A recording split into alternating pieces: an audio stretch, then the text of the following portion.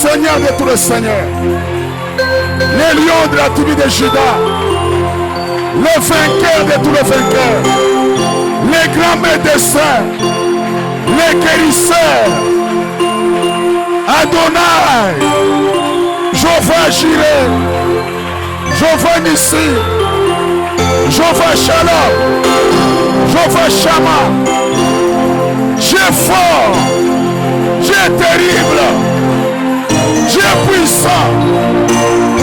Son nom, c'est le Seigneur Jésus-Christ. Amen. Merci Seigneur Jésus. Ce soir nous nous sentons bénis. Sa présence nous bénit.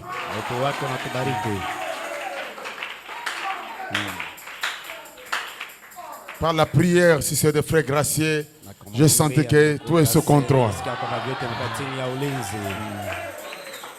Tout est sous contrôle. Nous allons aller vite dans la parole du Seigneur. Nous allons vite dans les livres d'Éphésiens chapitre 12.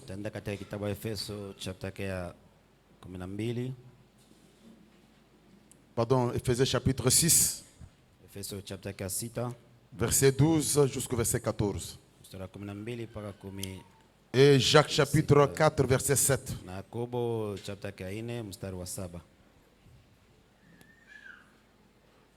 Car nous n'avons pas à lutter contre la chair et le sang, mais contre les dominations, contre les autorités, contre les princes de ce monde de ténèbres,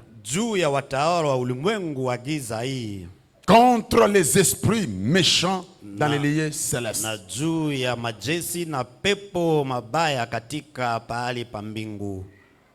C'est pourquoi prenez toutes les armes de Dieu, afin de pouvoir résister dans les mauvais jours.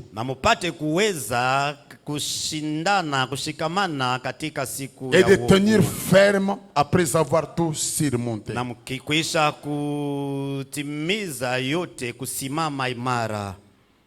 Tenez donc ferme. Ayez à vos reins la vérité pour ceinture. Revêtez la cuirasse de la justice.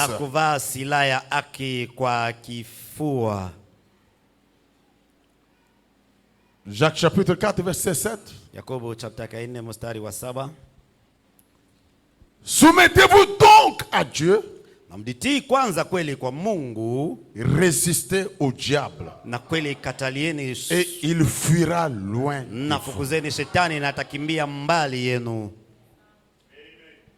Avec nos têtes inclinées. Père Céleste, Seigneur Jésus notre Dieu, réunis ce soir à ton propre nom. Seigneur Dieu, tu es la tour forte en face de notre ennemi. Nous ne craignons rien. Tu as dit, petits enfants, ne craignez point. Celui qui est en vous est plus grand que celui qui est dans le monde. Par l'autorité de ta parole, toutes les puissances ténébreuses qui sont même à la porte, même à l'entrée, par l'autorité de la parole, au nom de Jésus-Christ, nous les condamnons. Toutes les puissances de distraction, de voyage en esprit, de raisonnement, de maladie, nous les condamnons au nom de Jésus. Libère la life aujourd'hui. Libère chaque sœur aujourd'hui. Libère chaque frère aujourd'hui. Libère chaque sœur, même les petits enfants. Libère nos maisons.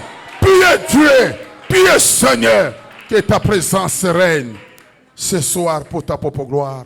Au nom que nous adorons, les noms que nous élevons, les noms que nous aimons, les noms merveilleux, les noms puissants, les noms de notre Dieu. Le nom du Seigneur Jésus-Christ, notre Dieu. Amen. Vous vous asseoir.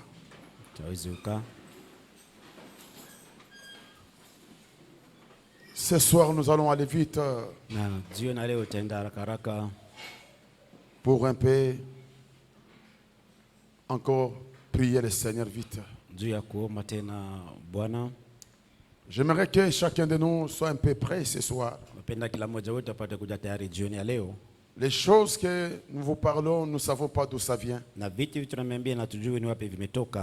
Mais Dieu, quand un peuple a un besoin de quelque chose, Dieu descend pour nous parler. Nous avons parlé hier pour briser tous les auteurs des ancêtres.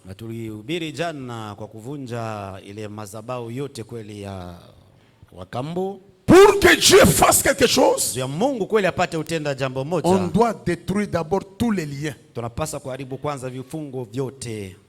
Par les liens de nos parents, nous avons hérité beaucoup de sales choses. Et ce sont ces choses parfois qui nous bloquent. Les esprits de surveillance. Par ce parent, nous avons hérité même des maladies. Nous avons hérité des choses. Mais par Jésus-Christ, nous héritons la vie éternelle. Nous héritons la délivrance. C'est pourquoi tous ces esprits-là, ils sont là. Mais quand nous les refusons, ils n'auront plus la place.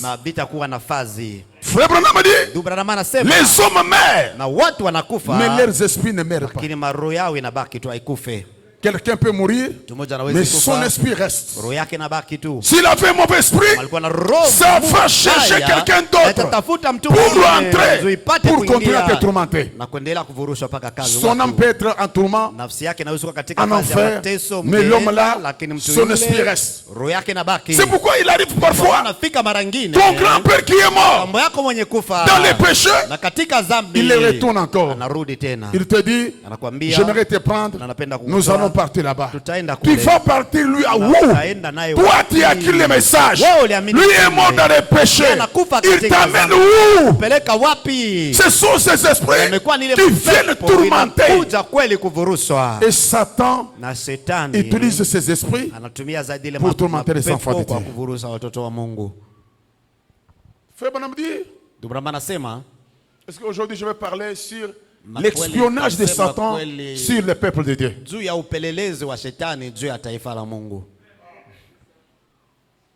Ce soir, c'est l'espionnage. L'espionnage de Satan sur le peuple de Dieu. Les messages, nous avons tout. Vous allez comprendre l'espionnage. Même dans les quartiers que vous êtes, partout où vous êtes, l'espionnage. Même dans les messages, nous avons des espions. Même ici, nous en avons. Mais nous allons aussi prendre une autre arme. Allons d'abord dans Hébreux chapitre 6. Twende kwanza katika Ibrania chapter 5:6. Ibrania chapter 5 ya 6. Première partie. Sehemu yake ya kwanza. Prêcher le 8 tarehe 8 septembre 57. Mwezi wa Septemba mwaka 57. 88. Aya yake 88. Hébreux chapitre 5:6. Ibrania chapter 5 6.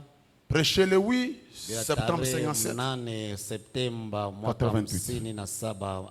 Nukta yake 88. Notre prophète dit ceci avant d'entrer dans mon sujet. Nabii wetu anasema hivi mbele kuingia ndani ya kishina yetu.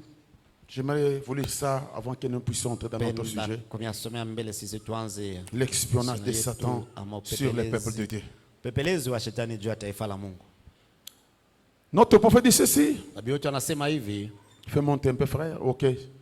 Maintenant, tendons vers la perfection. Jésus a dit, soyez donc parfaits comme votre Père céleste est parfait.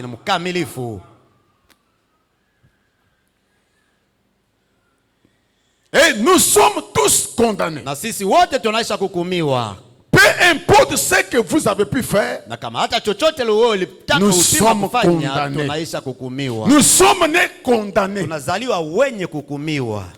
Nous sommes nés condamnés. Votre mère, votre maman et votre na papa baba yenu sont nés condamnés. wote wanazaliwa wenye kuhukumiwa.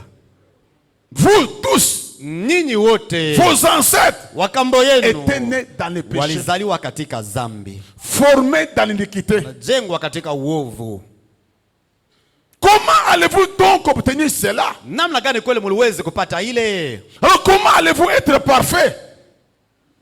Comment allez-vous être alors parfait? Namna gani mlipasa kuwa wakamilifu? Si vous n'avez jamais rien fait, Na kama ninyi hamjatenda chochote, jamais volé, kama hujaiba, jamais menti, kama hujadanganya, jamais rien fait kama hujafanya rien fait de votre vie, kitu ndani ya maisha yako, vous êtes néanmoins condamné. na kama mnaisha kuhukumiwa, Vous étiez condamné mlikuwa wenye avant de kuhukumiwa respirer votre premier souffle. mbele ya kupumzika pumzi yako ya kutoa pumzi yako ya kwanza.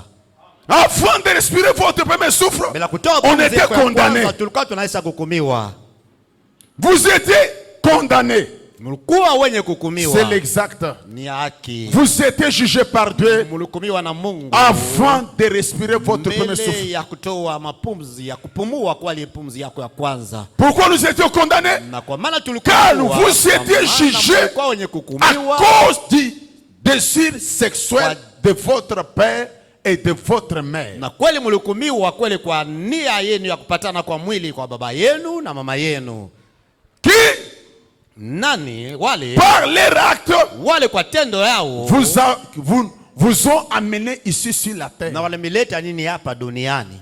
Et Dieu a condamné cela au Na commencement. Mungu alihukumu yote ile kule mwanzo. Et vous êtes condamnés pour commencer. Naishi kuhukumiwa kwa kwanza. Ou donc vous, toute personne sur la terre a été condamnée avec vous. Na mtu wote duniani anaisha kuhukumiwa pamoja na ninyi. Où irez-vous donc obtenir alors la perfection? Na sasa mtaenda wapi kupokea ile ukamilifu? Amen. Amina. La perfection vient de Dieu. Na ukamilifu unatoka kwa Mungu. C'est par le sang de Na ni Jésus-Christ kwa damu ya Yesu que Kristo. nous sommes parfaits. Na sisi tunakuwa Nous wakamilifu. sommes expiés. Tunakuwa na Mais si vous ondoleo. tenez compte de vos parents, Kama mnaangalia vous kwa êtes wazazi wenu, condamnés. mnaisha kuhukumiwa. Vous ne méritez rien. Mustahili chochote. C'est pourquoi les esprits, Kwa maana même de mapepo, vos ancêtres, hata ne wakati l'évoquez wenu, jamais. usiite kamwe. Ne désirez jamais votre Uwe na ancêtre. nia kuwa na ile Peu tamaa importe ce kamwe qu'il a yenu. fait, Hata il est chochote mort alifanya, pécheur. alikufa mtenda Mais dhambi. nous avons des ancêtres Lakini tuna wakambo. que Dieu a remplacés. Wale Mungu alikumtia Nous avons wafazi les wa kama Abraham. zamani, tunakuwa na Nous Abraham. avons des Isaac. Tunakuwa na Waisaka. Nous avons des tels et Tunakuwa na tels. wa fulani wa Et fulani. nous avons enfin, Na tuna mwisho dans wa notre yote, temps de la fin, ndani ya wakati nous wa avons mwisho. William Na Branham. tuna William Aaron Branham. William Na Branham, William Branham. que ce que Dieu nous a donné Yote ile Mungu dans alitupatia. cet âge. Hiki kizazi. Toi, tel que tu es, Wewe kama vile uko. n'invoque jamais le de ton père. Kamwe tu baba yako. Et c'est pourquoi nous irons plus loin Kwa avec maana vous. tutaenda tambali pamoja na Vous ninyi. parlez Kumiambia sur les noms. juu ya jina. Le nom a une influence. Jina inakuwa na Et l'esprit uvuto des noms sur la personne. na roho inakuwa na kaa juu ya yule mtu. Les noms qu'on t'a donné, Na jina la si c'est le nom de ton père, kama ni jina la baba yako, c'est grand-père. ya kambo yako, il faut chercher un nom chrétien. lazimisha utafute jina ya Ukristo. Il faut chercher un nom chrétien. Tafuta jina ya Je ne Ukristiano. parle pas le nom de la rue. Usiseme jina barabarani tu. Mon nom ile. c'est Johnny Jina langu Junior. ni Johnny Junior. Mon nom c'est Jina langu ni c'est jina langu ni Jackson. Jacksoni. Jackson là de Michael Ule Jackson. ama ule Non! mwimbaji. Hapana. Cherchez de bons Na noms. tafuteni majina mazuri. Pas les noms de messieurs là de la rue. Hapana majina wale watu wa njia wa Il barabarani faut wale. un nom qui a l'influence. Inalazimisha jina moja na kuwa na uvuto. Tous les noms utawala. d'un kacham méritent d'être Majina yote ya ôtés. kashama inalazimisha kuyaondoa. Même si ça y est sur Hata l'identité, imekuwa tu katika mapepa yako. ce nom n'a mérite d'être Ile enlevé. jina inalazimisha kuyaondoa. Même notre frère Gracieux, Hata ndugu wetu Gracie. il avait le nom qu'on appelle alikuwa Costa. na jina moja alikuwa anaita Costa. Costa, c'était un homme Costa méchant, alikuwa mtu mmoja muovu. un homme terrible. Mtu mmoja mbaya Mais zaidi. quand il a changé le nom de Wakati Costa, alibadilisha jina la il est Costa, devenu gracieux. anakuja magracie. Il est devenu gracieux même pour nous. Anakuja na neema kwetu sisi. Amen. Amina. Alors on doit changer les noms. Tunapaswa kubadilisha majina. Alors ce soir, Sasa jioni ya leo nous allons parler tutasema sur l'espionnage. juu ya maupelelezi. L'espionnage de Satan Upelelezi wa shetani sur le peuple de Dieu juu ya taifa la Mungu dans chaque domaine. katika kila hatua. L'espionnage Na upelelezi Le mot espionnage, Na ile neno wa matamko c'est upelelezi espionner. inamalizia kwenda kufuata mtu yule, C'est kumuona vitu anafanya, observer les œuvres de quelqu'un, kuangalia matendo ya mtu vyote vile anakuwa anafanya, ses actes, matendo yake, sa vie, maisha yake, pour savoir comment les maîtriser. kwa kujua namna gani unawezi sasa kumkamata, kumshika. Le mot espionnage, Na ile neno tu ama upelelezi c'est un esprit. na ni roho moja, On espionne la vie de quelqu'un, wanakuwa nafuata na kuangalia maisha ya mtu mmoja, ses œuvres, matendo yake ses actions, na maisha yake, pour voir comment les kwa maîtriser. kuona namna gani Pour wanaweza savoir comment kumshika, le faire sortir, kujua namna gani ou kumtoa, bien comment faire kwa l'anéantir. namna gani kwenda kwa, Comment l'anéantir. na namna gani kumumbukiza. L'espionnage Na upelelezi n'a pas commencé sur la terre, na kwanza hapa duniani, même au ciel. hata mbinguni. Chaque pays a des espions. Na kila nchi inakuwa na wapelelezi. Congo a des espions qui sont au Rwanda. Kongo wana wapelelezi wamekuja kule Rwanda, Nous avons des espions au Rwandais. na tuna wapelelezi Ils sont ici chez nous, wakina Rwanda weko hapa kwetu Kongo, Il y a des espions américains qui sont en Russie. na kuna wapelelezi wa Kiamerika wamekuja kule Rusia, Et il y a aussi des espions russes qui sont en na Amérique. kuna wapelelezi wa kule Rusia wamekuja kule Marekani. Un espion, Na yule mpelelezi c'est un stratège. na amekuwa mtu mmoja na Il se déguise mjanja, anakuwa de telle façon que vous ne pouvez pas le dénicher. hawezi hata kidogo kumvumbua, Soit wala il peut partir en Amérique anawezi kwenda Marekani comme un journaliste. na kama yule mtangazaji wa habari, Un journaliste mtangazaji wa habari avec tout ce qu'il est. na vyote Mais vile cet amekuwa homme-là est un lakini espion. mtu yule amekuwa mpelelezi, Il peut partir comme un étudiant. anawezi kwenda kama mwanafunzi, Il peut partir anawezi kwenda comme un simple homme kama d'affaires. mfanyabiashara Mais tu. cet homme-là est un espion. Yule yeye ni Il veut mpelelezi. surveiller le système Anapenda de kuangalia ce pays-là pour matengenezo l'appui. yote ya ile nchi kwa kumbukiza ile nchi. Même aussi dans les messages, Hata pia katika ujumbe nous avons des espions. tuna wapelelezi hapa. Il y a les frères qui me regardent et disent, mais Kuna pasteur, wandugu wananiangalia ce que vous dites c'est wanasema, vrai. pastor leo anasema Oui, ni c'est la kweli. vérité. Ndiyo, ni kweli. Ce que je dis c'est vrai. Inaniambia ni Frère kweli. Placide, ce que je dis c'est Ndugu vrai. Placide anasema ni kweli. Ce que je dis, frère Placide, c'est la vérité. Inasema ndugu Placide ni Dieu, kweli. Mungu dans son domaine, na les katika diables veulent kwa espionner. yake ibilisi tanya anakuwa anafanya upelelezi. Comme vous raisonnez, je donne d'abord une citation. Kwa hivyo mnakuwa Pour que nafikiri frère Placide kwanza aussi aya croie. tu moja ndio ndugu Placide naye apate kuona. Amen. Amina. Même ici dans cette église, Na hapa ndani ya hii on a kanisa des espions tuna dans wapelelezi chaque domaine. katika kila mambo, Dans le domaine des guérisons, katika mambo ya matunzo, des maladies, mambo ya il y a magonjwa. des espions qui Kuna viennent wapelelezi wale pour wanakuja voir comment kwa envoyer les kuona maladies. namna gani Il y a huyu des mtu. espions Kuna qui wapelelezi sont là weko hapa pour bloquer kwa kufunga la bénédiction. baraka. Il y a des Kuna espions wapelelezi qui viennent wanakuja pour comment tuer les gens. kuona namna gani kuwa watu. Il vient, Wanakuja il prend le baptême, wanachukua il devient les nôtres.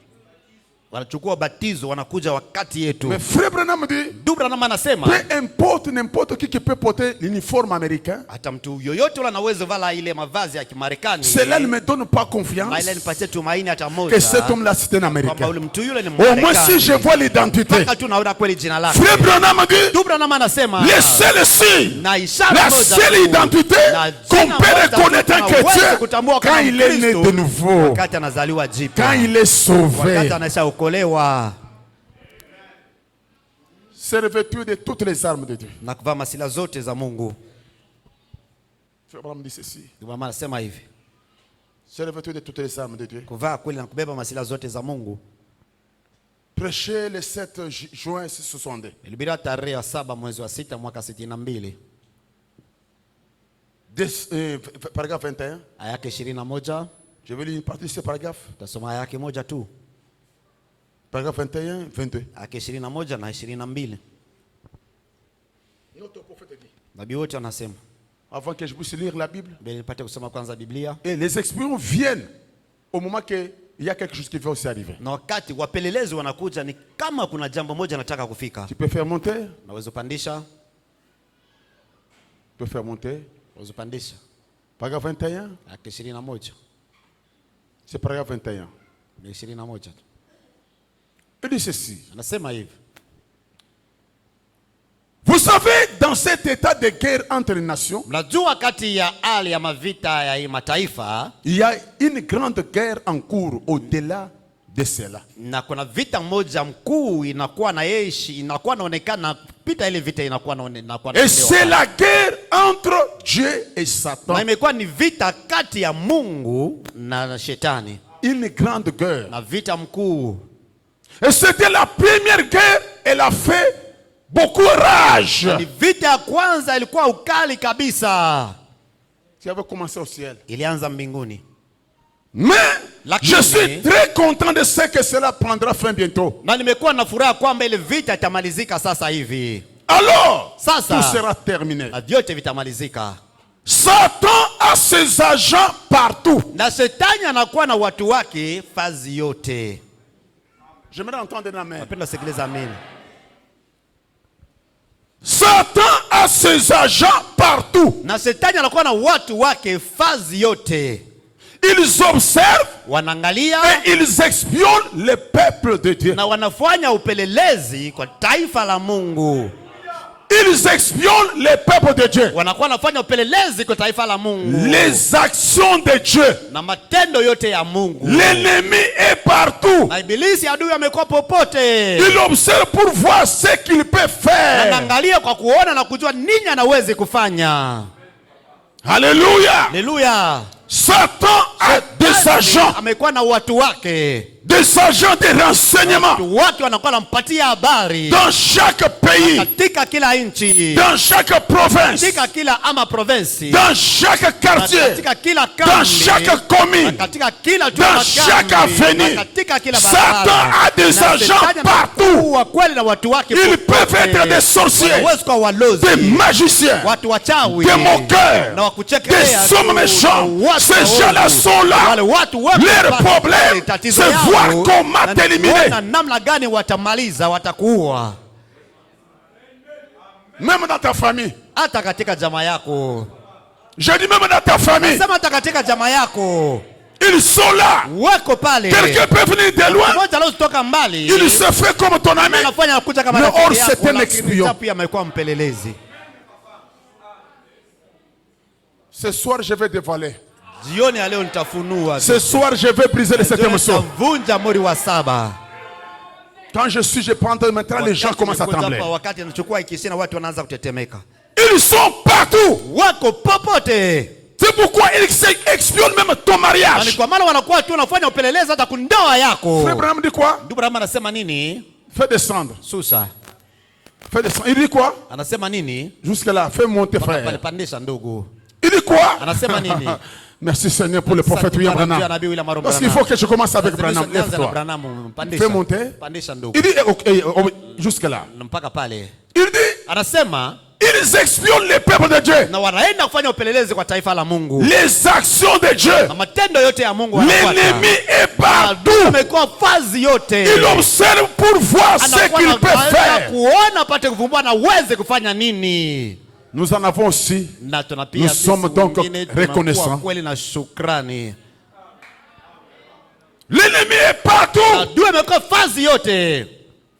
Les espions wapelelezi pour observer na kwa comment cet homme parvient à être béni. Mtu anafika mkubarikiwa. Comment l'empêcher pour que la bénédiction n'arrive pas? C'est moi que la bénédiction arrive, que Satan commence à espionner. Et frère Branham dit, Satan est impuissant s'il n'apprend pas un homme.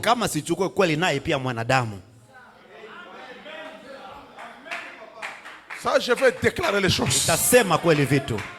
Des espions, il y en a. Branham dit ceci. Oui. Ndio. Les espions. Wapelelezi. Vous-même vous allez fuir. Nyinyi wenyewe mtapiga mbio. Ils sont partout. Na wako popote. Même chez les voisins. Hata kwa jirani. Il peut y avoir un espion là. Hawezi kuwa na mpelelezi pale.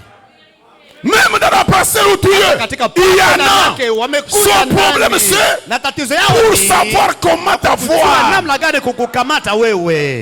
C'est créer des problèmes pour t'affaiblir.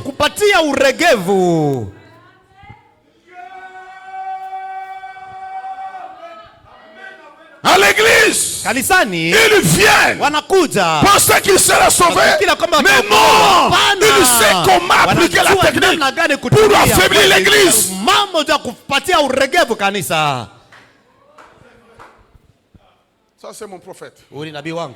Je ne sais pas d'où vient l'inspiration. Mwache sana nisome ushurtisho. Je ne sais pas cette inspiration vient d'où. Sijui kule ushurtisho natoka. Et je pourrais aussi vous parler Nawezi pia kuniambia l'agent secret de Dieu. na yule kijakazi wa Quand il y a les espions de Satan, ukiwa pelelezi, il y a aussi l'agent secret. kijakazi mchunga siri wa Mungu. My God, my God. Oh Mungu wangu. Ils sont là. Na wako pale. Mais n'ayez pas peur. Lakini msiwe na oga.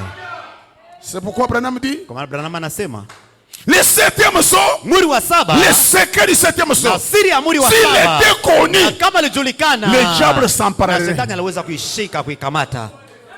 Quand il y a un secret Kama tumekuwa na siri dans le cœur, ndani ya Satan ne moyo, connaîtra pas. shetani atajua kitu. Mais quand il les dévoile, Quand c'est là que Satan s'empare. pale shetani anaishika, Les secrets de certaines choses de la vie, on ne dit pas à n'importe qui. mtu yoyote. Ne les déclarez pas à n'importe qui. Il faut être sûr à qui tu parles. Nani unakuwa nasema? Nous en avons partout. Tunakuwa nao popote. Branham dit, Branham anasema la seule vraie église vivante, makanisa moja kweli imekuwa hai. prêché le 25 juillet 51. Ibira tarehe 25 Julai mwaka 51. Paragraphe 57. Ayake 57. Mon frère, ma soeur, Ndugu na dada, il y a des espions. kuna wapelelezi. Pourquoi dans les messages il y a les telles choses? Mbona ndani ya ujumbe na vitu kama hivi? Ils sont là. Na weko tu. Même dans une longue jupe. Hata katika marinda yao marefu. Les autres ne viennent pas avec de longues jupes. Wengine hawakuwa na marinda marefu. Les autres s'amenaient des petites mini-jupes. Kuleta marinda mafupi. Cherchez qui peut me convoiter vite. Nani anaweza kunitamania haraka haraka? L'espionnage. Na upelelezi. C'est pourquoi quand vous voyez Kwa maana wakati mnaona une femme, mke on la corrige. Toujours ça. Kila mara mpaka hivi. Il faut se tirer attention. Kebeni yange na ule L'espionnage. upelelezi. Qui peut avec moi tomber? Nani anaweza kuanguka na mimi? L'espionnage spirituel. Upelelezi wa kiroho. Dès que cette chose arrive, Wakati la mambo force de yanafika, Dieu sera anéantie. Nguvu ya Mungu itaumbukizwa. Même si tu pries pour les malades, Hata unaombea wagonjwa, même si tu pries comment, hata unaomba namna gani, sois prudent. na uwe tu na angalisho. L'espionnage. Upelelezi. Dans toute ma vie, j'ai vu comment Satan m'a Na espionné. niliona namna gani shetani alikuwa Je vous anafanya parle de upelelezi ce que kwangu. Satan Na a espionné ma vile vie. shetani alifanya upelelezi maishani mwangu. Mais résistez-les. Lakini mumfukuze tu. Il fuira l'un de vous. Atakimbia, ataenda Il mbali. ne fera rien. Hatafanya kitu. Il faut avoir quelque chose. Atakuwa na jambo moja. Le signe du ciel. Na ishara ya mbingu. Frère Branham dit ceci. Ndugu Branham anasema hivi. Fais monter vite fait pour garder du temps. Pandisha haraka ndugu. Oui, jusque là. Paka pale. Les démons sont impuissants à moins qu'ils soient incarnés dans un corps. Na mapepo wa mademoni yanakuwa bila uwezo mpaka tu unapata inaingia ndani ya mwili.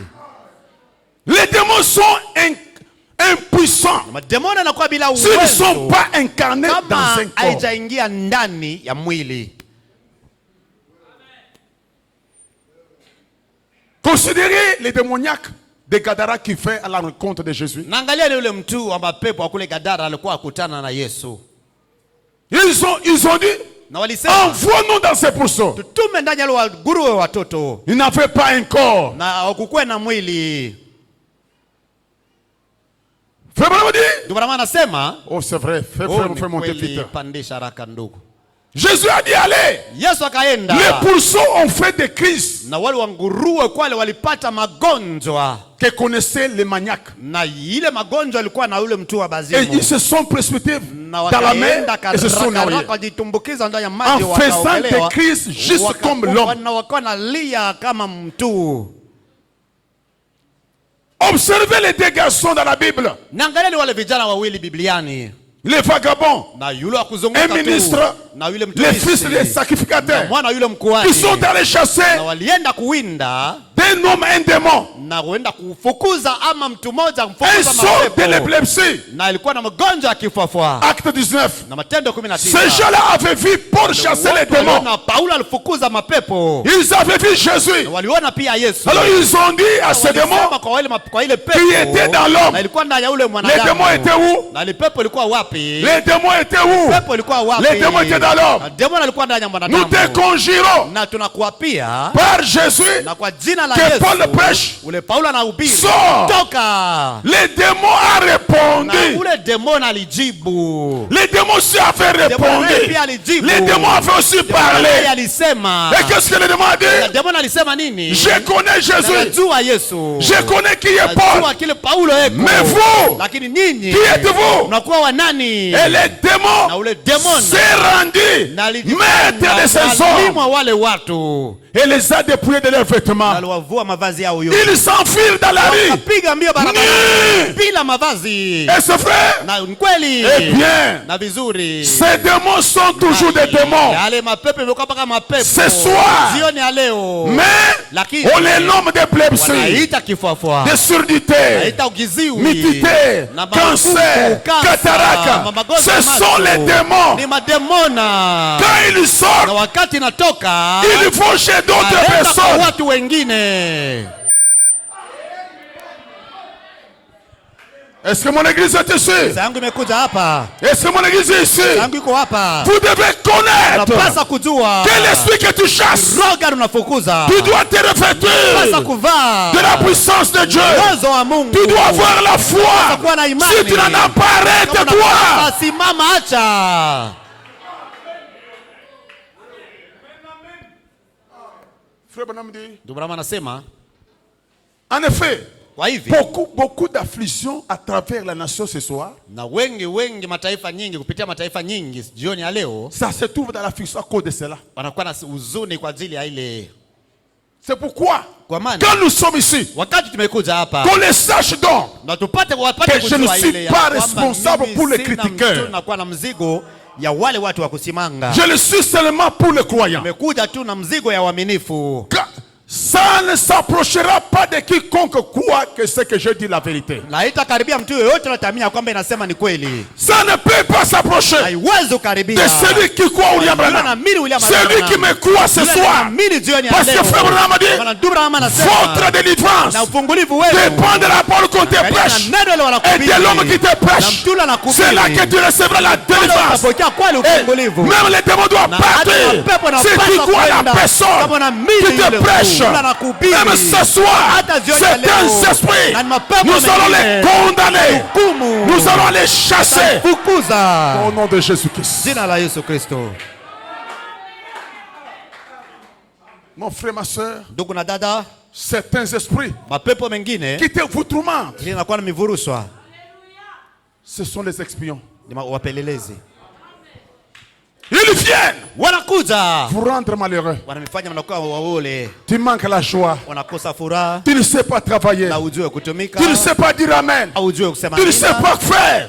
Ce sont les esprits espions qui cherchent à anéantir ta foi. kuumbukiza imani Ne yako. regarde pas cela. Usiangalie yote. Lève-toi. Na simama. Dis, je te connais. Sema na kujua. Toi les démons Na wewe des demona. cataractes. Wakawagonja Toi les macho. Wewe demona. démons qui viennent me tourmenter. Nakuja kunivurusha. Mais par l'autorité Kwa madaraka de la part du Seigneur, neno la Bwana je vais t'anéantir. anakupatia Peu importe. hata chochote kile huko.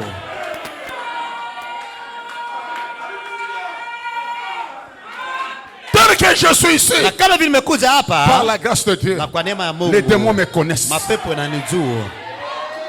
Les démons te connaissent. Mademona nakujua. Les démons connaissent chacun. Mbona najua kila mmoja wetu. Quand on se met à les chasser, Tunaanza kwa les démons savent. mapepo ile najua. Quand celui-ci se met kama debout, huyu anasimama bwima, on ne peut pas résister. tuweze kusimama. Et toi aussi, Na wewe tu pia dois avoir la foi unapaswa kuja na dans la imani personne ndani ya qui mtu commence à chasser. anaanza kufukuza. Et démon, tu crois? Demona naamini. Est-ce que démon, tu crois? Wale demona naamini. Oui. Ndio. Ce que je voulais, c'est vrai. Ina menesa ni kweli. C'est pourquoi quand je prêche, Wana wakati nahubiri, évitez l'esprit de doute. na kweli Évitez l'esprit de raisonnement. C'est la seule manière que les gens vous parviennent à vous avoir. anakuwa na mifunga. Les frères et démons que vous voyez, Ndugu demo ule pendant mnaona, que je parlais des sorciers, wakati nilikuwa nasema njoo ya les walozi. sorciers font ça, Walozi les sorciers wanafanya font hivi, ça. walozi wanafanya hivi. Frères et démons disent ça à lui. Ndugu yeye alikuwa anasema Les ndani yake, pasteurs exagèrent. pastor anakuwa anazidisha. Non, les sorciers sont où? Walozi weko wapi? Ils sont où? Weko wapi? Mais Lakini, les jours qu'il était devant les na siku claviers, alikuwa mbele tu ya hii mashini, on lui dit projecte la wanamueleza citation. tia haya fulani. Lui commence à écrire Yeye A. anaanza kuandika A. Il écrit O. Anaandika O. Lui-même. Yeye peke yake. Mais là, on lui dit Lakini écrit. wanamwambia andika. Il a commencé à tournoyer Anaanza autour de kuzunguka citation. kuzunguka kuzunguka sione kitu. Il a dit, papa, Anasema baba, pardonnez-moi. unisamehe. Je ne croyais pas. Sikuwa naamini. Mais j'ai vu ce jour-là. Lakini niliona ile siku. Et maintenant le diable Sasa l'a frappé avec la toux. alimpiga na magonjwa ya kikozi. Il fallait un homme Lazimisha pour mtu chasser la toux là. kufukuza ile magonjwa. Branham dit, je ne suis pas responsable Anasema sina na de celui qui mzigo. doute. Sina mzigo wa mtu yoyote. Quand je vous parle, nous sommes dans une dimension. Tulikuwa katika hatua. Nous sommes dans une dimension où Dieu nous a placés Mungu alitutia pour combattre. na njia ya kupiga vita. Nous avons des agents de sécurité partout. Mnakuwa watu wa kufanya ulinzi fawazi yote. Branham dit, Branham anasema, oh c'est vrai, oh ni si kweli, tu n'étais pas venu, kama wao kukuje, je ne sais pas ce que je pouvais sijui devenir. kama tuwezi kuwa na wapi. Frère Branham dit ceci. Branham anasema Est-ce hivi, que vous aimez le prophète? kwa napenda nabii, C'est revêtu de toutes les armes de Dieu. vaa kweli masilaha zote za Mungu. Paragraphe 57. Aya 57. Écoutez encore. Sikilize tena. Je suis en train de parler dans chaque domaine. Nimekuwa naisema katika kila hatua. Le diable a Shetani des espions partout. na wapelelezi popote. C'est pourquoi, frère, Kwa maana ndugu, j'ai toujours parlé à mes croyants. nilikuwa naambia waaminifu wangu, Ce n'est pas que na ina ya kwamba nous sommes plus que les autres, non. tunapita wengine, hapana. Mais il y a un discernement Na spirituel. unakuwa na kutambua kwa Un kiroho. homme de Dieu, Na mtu wa Mungu, quand tu le croises, wakati tu unakutana vas naye sentir. na utasikia. Même dans les églises que vous voyez, Hata ndani ya makanisa il y a unaona, des esprits. na kunakuwa mapepo. Vous allez dans une église, Tena na kanisa vous trouvez na mnakuta un prédicateur, kama mhubiri il met la Bible, anatia Biblia. vous traversez Mnatambuka des cérémonies na maseremonia, où on prend la terre, unachukua udongo, on mélange avec de l'eau, mwanga na mchanga na on maji, jette un peu de salive, sema mate juu, on vous frotte, na mipaga trop de conduite. na nakuwa na Vous maongozi devez mengi. arrêter. Pasa kusimamisha. Même si on te dit, Hata tu auras un wanakwambia, véhicule, utapata arrête-toi. gari. Simama wewe. Surtout vous les sœurs, Zaidi nyinyi wadada, vous devez tirer attention. mnapasa kuwa alikuwa na angalisho. J'ai vu une sœur, Niliona dada moja, j'ai chassé des esprits chez moi, nilifukuza mapepo la kwangu, sœur est tombée, dada nanguka, elle a commencé à parler. anaanza kusema. Il est allé dans une église, Alienda ndani ya kanisa moja, un prédicateur du message. mhubiri wanaita mhubiri wa ujumbe. Même dans les messages, il y a les infiltrés. Hata ndani ya ujumbe Branham unakuwa uwenzo, wapelelezi wanaisa Le hivi. prédicateur lui a dit, Mhubiri mmoja akamwambia, viens ici, kuja hapa tu vas voir la délivrance. na utapata ufungulivu. Qu'est-ce que le prédicateur dit? Mhubiri anasema nini? Va chercher la lotion qui te frotte. Uende katafute mafuta ile unajipaka. Viens avec la lotion. Uja na ile mafuta. Il a mélangé les choses. Anachanga naye vitu kani. Il a dit, Anasema tu vas frotter la cette lotion. jipaka sasa mafuta. Mais je te dis que Nakwambia kwamba les grands sorciers, na mlozi mkubwa c'est ton mari. ni mume wako. Et toi, Na wewe même si tu me quittes, hata kama tu unanyacha n'iras pas loin de na moi. utaenda Ton mbali esprit yangu va mimi. tourner autour de Roho moi. utazunguka pa kando yangu mimi. Et vous êtes là Na mnakuwa pale pour voir ce que c'est Dieu, kuona kama ni un Mungu. prédicateur Mhubiri qui met la haine anatia contre ton mari. mbele ya mume Mais wako. vous trouvez que ça c'est Dieu? Unaona kwamba hii Mais ni ça c'est le Mungu. diable. Shetani.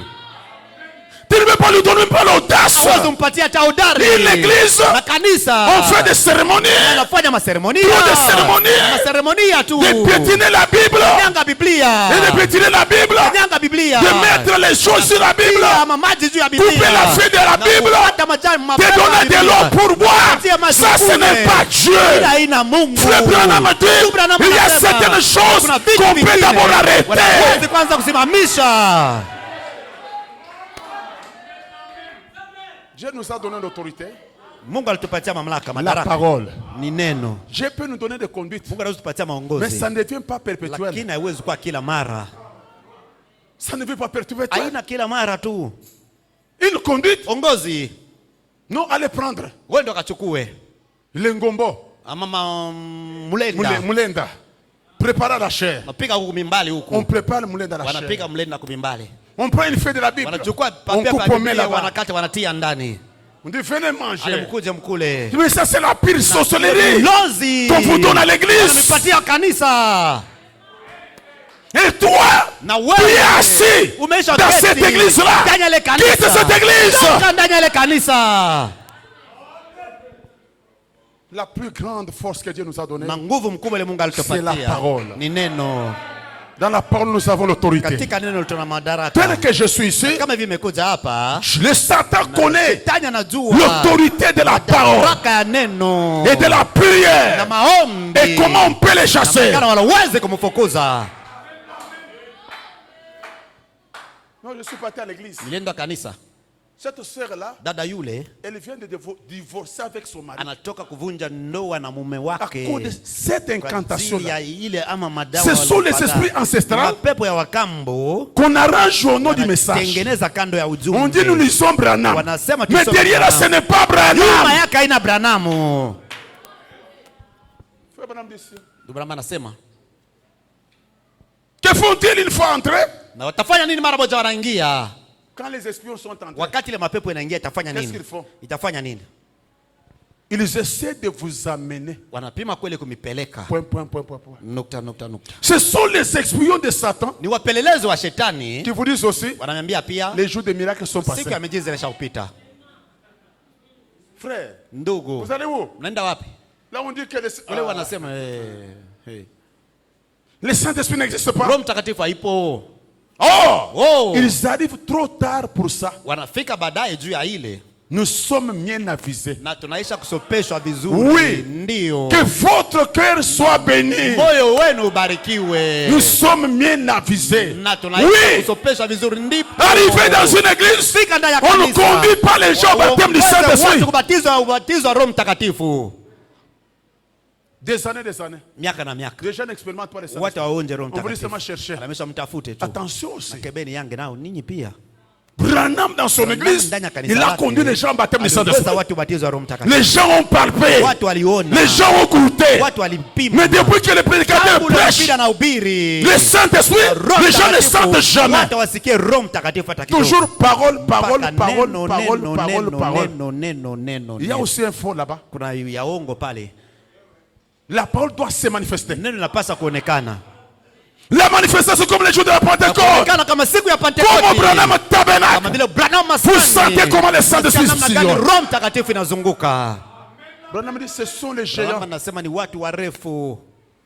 Il dit, Anasema mais que font-ils? na wanafanya nini? Ile mapepo inakuwa anafanya nini? Ils cherchent à vous amener, Wanatafuta kumipeleka juste comme Satan l'a fait, kama vile shetani alifanya. à perdre votre foi dans la parole. Na mpoteze imani yenu ndani ya neno.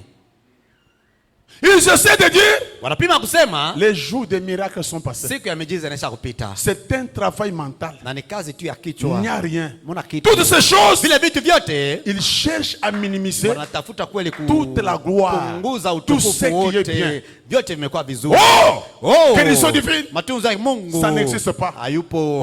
Oh! Je ne fais pas. Mungu asipende kusema. Qui sont-ils? Ni wanani? Les espions. Wapelelezi. C'est vous affaiblir. Kumipatia uregevu. C'est pourquoi tirez attention. Kwa maana kebeni yange Les milieux que vous êtes. nafasi ndani yake mnakuwa naishi. Je vais vous parler même les quartiers que vous êtes. Il y a des esprits de quartier. Branham dit, l'environnement que vous êtes, vous êtes ce que vous êtes. Mnakuwa kile nini muko. Quand vous êtes dans le quartier Congo, Mkiwa ndani ya kambi ya Kongo. quartier Congo, Kambi ya Kongo c'est un quartier où les gens, ni kambi ile watu ils se parlent comme ils veulent. wanakuwa nasemezana wanasemana vile wanataka. Les petits esprits se parlent des mal des autres. Mapepo ile maovu ya kambi ya Kongo ni Parce kusemana qu'il n'y a paka pas assez de kusemangana kusema clôture. mabaya ndio mtu anakuwa na maukuta. Dès que l'autre prépare, Wakati mwingine l'autre là-bas se anapiga fâche. ule mwingine anasirika À l'intérieur. ndani. Parfois tu remontes, envoie l'esprit. Mtumia mapepo. On peut même te donner l'enfant la sorcellerie Wanaweza kupatia hata mtoto wako dans ces ulozi choses ici. ndani ya vile vitu. Soyez prudents. Muje watu hatari tu. Les milliers que vous êtes. Na Il y a des exploits de mnaishi, Satan. mna mapelelezi. Qui vigile au moment que la bénédiction arrive. Wakati baraka inafika, Les facettes te créent des problèmes. Zirani na kuleta tatizo. On me dit, Branham anasema maintenant nous allons dans l'espionnage de l'église. sasa tunaenda katika upelelezi ndani ya kanisa. Écoutez mes frères, Sikiliza wandugu. je vais vous montrer. Tamionyesha. Vous pouvez me montrer. Unaweza kunionyesha Là où Dieu a promis, c'est là l'église. na ile kule Mungu alilaka ile ndani ya kanisa. Voilà ce que moi, Natazama je veux mimi, que vous fassiez. napenda mpate kufanya. C'est me montrer là où Dieu a retiré cela de l'église. Kuonesha pale C'est ça ce qu'il faut lui dire. Tosha ile ndani ya kanisa ile pasa. Très bien. Vizuri. Ce n'est pas ce qu'il va faire. Haina ile. Non, il y a autre chose. Pasa kufanya haina kwa C'est vitu ce vingine. qu'il ajoute un peu de plus. C'est ça Satan. Anaongoza kwanza kidogo. Vous voyez? Ile shetani. Mnaona? Mais Dieu n'a jamais retiré. Il ne retire pas cela. Na Mungu asitoshe ile hata kidogo. Il faut que ajouter davantage cela. Anakuwa anaongeza tu zaidi kwa ile. Il a fait cela pour sa parole. Na alifanya ile juu ya neno lake. Il a prononcé sa parole, c'est ça. Alisema neno lake. Satan va vouloir tout. Atapenda kufanya vyote. Chercher à ajouter. Kutafuta kuongeza. Tu adores où? Unabudu wapi? Au life. Life. C'est très bien, frère. Ni mzuri ndogo. Vous allez passer une grande. Kwa sababu ni kanisa mkubwa. C'est parce que Kwa sababu on a bien embelli. wanatengeneza mzuri. Je connais bien cette église. Non? Najua vizuri ile kanisa. Moi, j'étais là. Mimi nilikuwa kule. Les pasteurs là des choses. Pastor alikuwa na vitu. Les pasteurs là des choses. Pastor alikuwa na vitu. Et vous savez, Na mnajua les pasteurs là pastori yule étaient dans le monde. kuja kundanya Mais que toi tu ne connais pas. giza aliwewa ujue. Et tu sais, Na unajua j'étais là-bas. Pourquoi j'ai quitté? nilikuwa pale kwa nini nilitoka kule? Les choses qui sont là, il n'y a pas de Dieu. Vitu vilikuwa kula kuna Mungu. Maintenant, Sasa le diable là t'amène dans les raisonnements. Shetani maintenant. anakupeleka sana kupatia mawazo uanze kufikiri. Comment cette personne peut me dire ça? Namna gani mtu huyo anatoka niambia hivi? Comme un prédicateur Kama mhubiri a moja suivi un croyant. alifuata mwaminifu. Vous allez où? Mnaenda wapi? Suivre le pasteur Marcel là. Kufuata pastor Marcel yule. Oh là là. Oh la la. Lui là, je connais. Yule namjua. Il a fait 3 jours dans les comas. Siku tatu Dans cette kufa ville. katika jiji hii. Il avait fait il y avait quelqu'un qui était ici qui avait fait des fétiches. Na kulikuwa mtu mmoja alifanya madawa. Maintenant, il a fait l'incantation. Na sasa alikuwa Il a fait 3 jours dans les comas. Siku tatu mkufa tu. Moi, j'étais là. Mimi nilikuwa pale. Il vient de Mbujimaï. Anatoka kule Mbujimaï. À l'intérieur là de Mbujimaï. Je connais ce qu'il était. Najua kila alikuja. Branham dit le diable. Brahma sema Il va vous shetani parler 99%. atakupatia Comme de la pesenti vérité. 99 ya kweli, lakini Mais ongo le problème du diable, ramener les raisonnements. kupeleka tu kupatia mpaka mawazo. Maintenant, j'ai dit à ses frères, Sasa nikaonesha ile ndugu, va dire à ses frères là, wende kaonesha ile ndugu à ses prédicateurs. kwa ule mhubiri, Moi ici, mimi huyu depuis que je suis à Lubumbashi, tangu nimekuwa kule Lubumbashi, quel hôpital ni hospitali gani où j'ai fait la crise de 2 ule jours? mimi nilienda kugonjwa magonjwa ya siku 2 Par la grâce de Dieu, kwa neema ya Mungu, depuis que je suis ici à Lubumbashi, nimekuja pale on ne m'a Lubumbashi, jamais perfusé, hawajaniweka hata maji. même pas transfusé. Hata kuniweka Mais damu. quel hôpital Sasa ni où hospitali gani j'étais, ndani yake mimi comment nilikuja j'ai fait une crise de na 3 jours. nilikuwa magonjwa ya siku 3, napoteza akili tu. Mon frère, ma soeur, Ndugu na il y a dada, des espions. kunakuwa Et wapelelezi. quand vous voyez Na quelqu'un wakati mnaona commencer à ndugu, parler anaanza mal kusema de faute de mabaya, pasteur, ya tirez kusema attention. na kebeni yange. Tirez attention. Usopoke. Qu'il soit ici, Napate qu'il kuja soit hapa, qui, apate kuwa tirez nani. attention. Sopoka. C'est le diable déjà incarné. Nani anaweza kuingia? Branham dit, Branham il y a anasema des prédicateurs, na kunakuwa wahubiri, il y a des églises na fermées. kunakuwa makanisa inaweza ya kufunga. Il y a des églises qu'on doit fermer, Kunakuwa makanisa même yanaweza mettre les kufunga, cadenas, hata kutia kufuru. parce qu'il n'y a rien de Dieu. Kuna kitu kia Mungu. L'église de Dieu, Kanisa il y a la gloire de Dieu, na utukufu il y wa a des Mungu. guérisons, Kuna il y a des matunzo. délivrances, Na kuna il y a le mafunzo, changement. kuna mabadiliko. Là où la gloire de Dieu éclate, Pale utukufu wa Mungu unaonekana. des espions, Wapelelezi même ce soir ils sont là. hata jioni leo weko hapa. Mais moi je ne les connais pas, Mimi siwajue, mais Dieu les connaît. Mungu anawajua. Ils sont là. Weko pale. Branham dit, il continue. Branham anasema anaendelea. Fais-nous lever vite cette citation. Pandishia ondosha kwanza ile. Je crois maintenant que ça commence à aller. Na vinaanza sasa kuendelea. Parce que les gens me regardaient et Kwani disent, watu walikuwa wananiangalia sema, le pasteur, ce qu'il me dit, c'est quoi? pastor anatuonesha ni nini? Assurément, Hakika nous avons plus de la guérison. na tunakuwa zaidi na Nous avons la guérison de l'âme, na tunakuwa na matunzo ya nafsi, le corps et de la pensée, ya mwili na mawazo et de l'esprit et tout. na roho na vinginevyo. Il y a la vie éternelle, assurément. Kunakuwa uzima wa milele Assurément, pale. c'est cela. Hakika ni ile. En effet, c'est la vie éternelle Uzima wa milele manifestée wa Mungu dans sa parole ndani ya en neno croyant lake, cela. mkuamini ile. Madame dit, Branham anasema eh bien, vizuri, ces gens, ils s'infiltrent. wale watu wanaingia Très bien. wanaingia vizuri, Ils cherchent à wanatafuta abîmer votre foi. waharibishe imani yenu. Ils cherchent à faire quoi? Tafuta kufanya Abîmer nini? votre foi. Na kuharibisha imani yenu. Ils cherchent simplement à ôter cela. Kuondosha ile. Par quel moyen? Kupitia njia gani? Par des Kwa raisonnements mawazo raffinés du Mawazo séminaire. ya kutayarisha kutoka kule Vous seminari. savez, Mnajua ils viennent, wanakuja, ils raisonnent. wanawaza Bon.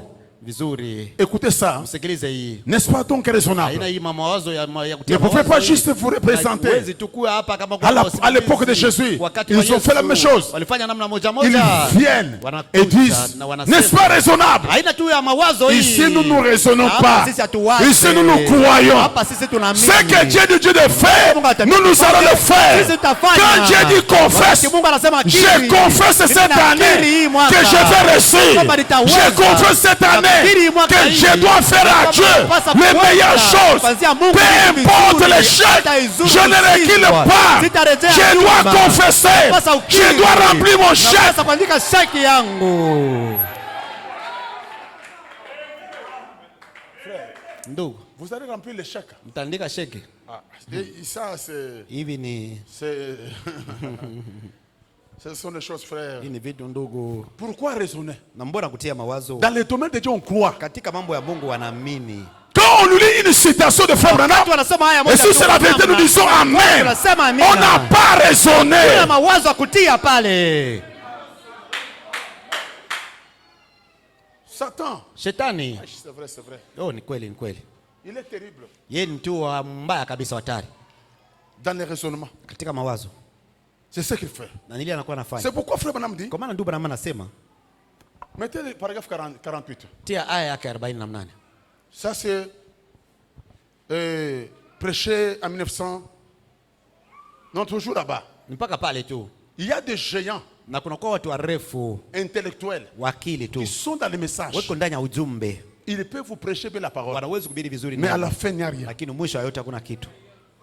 À la fin, il n'y a rien. Mwisho hakuna kitu. Prêcher, c'est bien. Kuhubiri ni mzuri. Mais on a aussi des problèmes. Lakini tunakuwa na On a mambo. besoin de voir Dieu. Tunakuwa lazima kuona Mungu. Branham dit, Branham anasema, oh, oh, bon, même aujourd'hui, vizuri hata leo, du temps de Noé, leo il y a wakati wa fait des Noa grands géants. kulikuwa watu warefu. Et aujourd'hui, Na leo on en a aussi des géants très na intellectuels tunao warefu wakili kabisa. dans le pays. C'est Ndani ya vrai. nchi ni C'est kweli. juste. Ni yake. Je déteste de dire ceci. Na kweli nakataa S'il y en a kusema un hivi. ici, Kama kumekuwa mmoja hapa, j'espère que je ne vous blesse pas. natumania kwamba simivunjwe. Mais ce ndani. sont une fois de plus Lakini ni mara nyingine tena les espions de Satan. wapelelezi wa shetani. Quoi? Nini? Oui, assurément. Hakika. Les géants Wale intellectuels warefu wakili qui viennent prouver que wanakuja kuonesha kwamba tous les cris na mvilio et vyote tous ces amens, na hii miaka conduit ya yote wanasema le fait d'aller à na l'autel, kwenda kwa madhabahu, le fait d'être brisé na kwenda kweli à cause de vos kwa péchés, ajili ya dhambi que zenu. tout cela Na vyote n'est que vile l'émotion. inakuwa ni mauchemuko tu. C'est ça les géants Ndio scientifiques. wanaita kama watu wa akili warefu wa siasa. Alléluia. Haleluya. Oh frère, Ndugu, pourquoi trop de cris comme ça? kwa nini mnalalamika vile? Pourquoi trop de amens? Kwa nini maamina mingi mingi vile? C'est quoi? Ni nini? Tes enfants écouter la parole. Na mkae kimya msikilize neno. Géant intellectuel. Na wewe mtu wa akili. Géant intellectuel. Mtu wa akili. Espion. Mpelelezi. Il veut vous amener une fois terre à terre. Enda kumpeleka hatua moja chini. Quand un prédicateur prêche, il doit élever la Anapaswa foi. kupandisha imani. Les gens doivent Watu croire. wanapaswa kuamini. Les gens doivent voir Dieu. Wanapaswa kuona Ils doivent Mungu. sentir que Wanapaswa Dieu est kuona ici. Mungu weko Mais un hapa. géant intellectuel, quand il vient, il vous confisque tout. Anamnyang'anya vyote. Frère, Ndugu, trop de cris ici. mnalialia mnalalamika nini vile? Non, frère. Pana ndugu. Écoutez d'abord. Sikilize kwanza.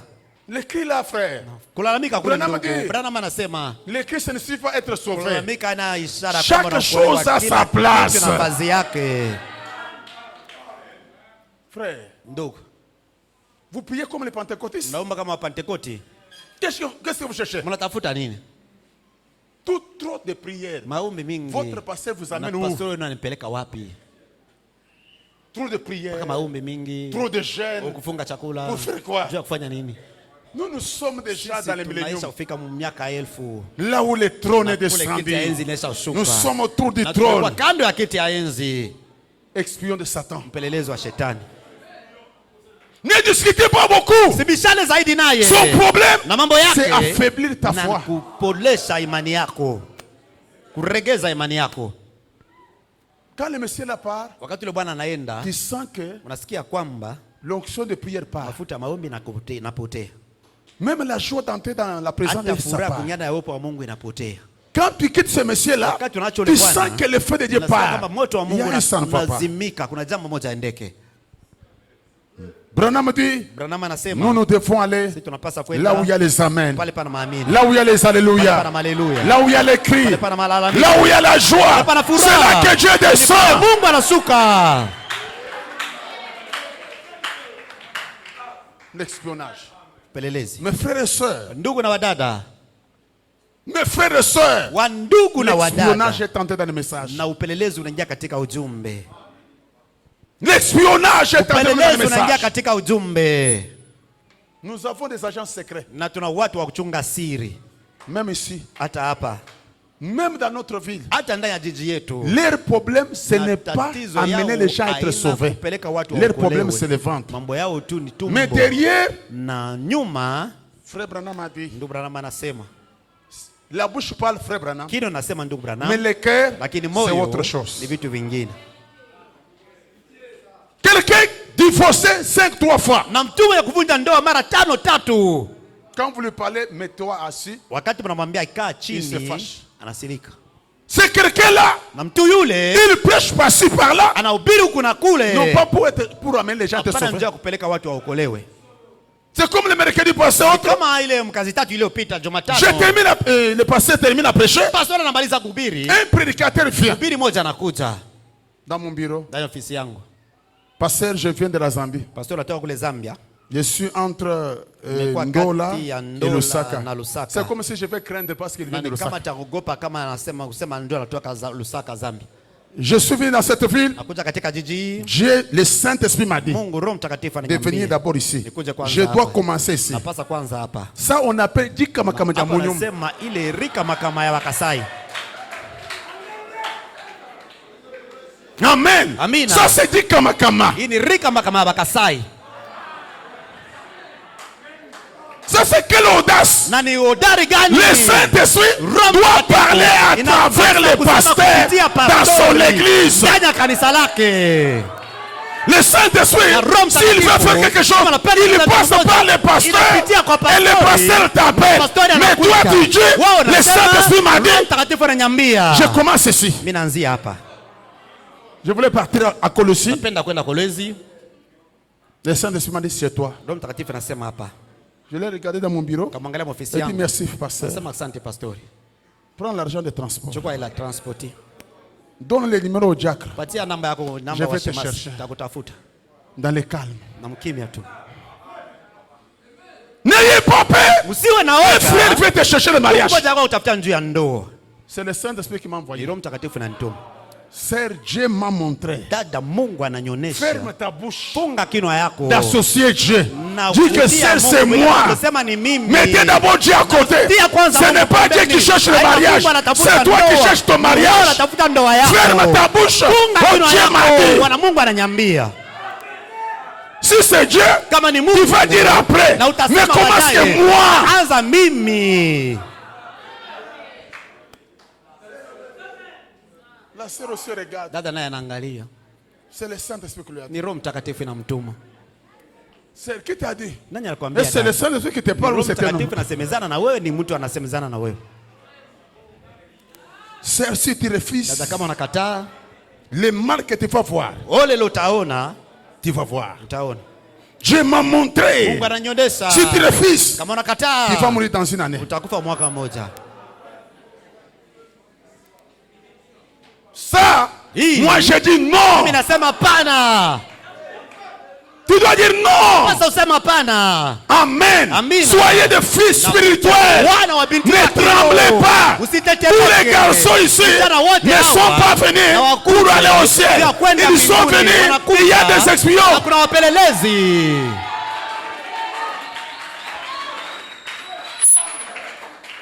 Vous jeunes frères, toutes les filles que vous voyez ici, il y a des espions. Kuna kwa wapelelezi. C'est tout droit dans les cœurs aujourd'hui. Moja kwa moja moyoni tu leo. Frère Branham dit, Branham anasema elles vont entrer à l'église, wataingia ndani ya kanisa, commencent à monter les choses. anaanza kupandisha kweli marenda.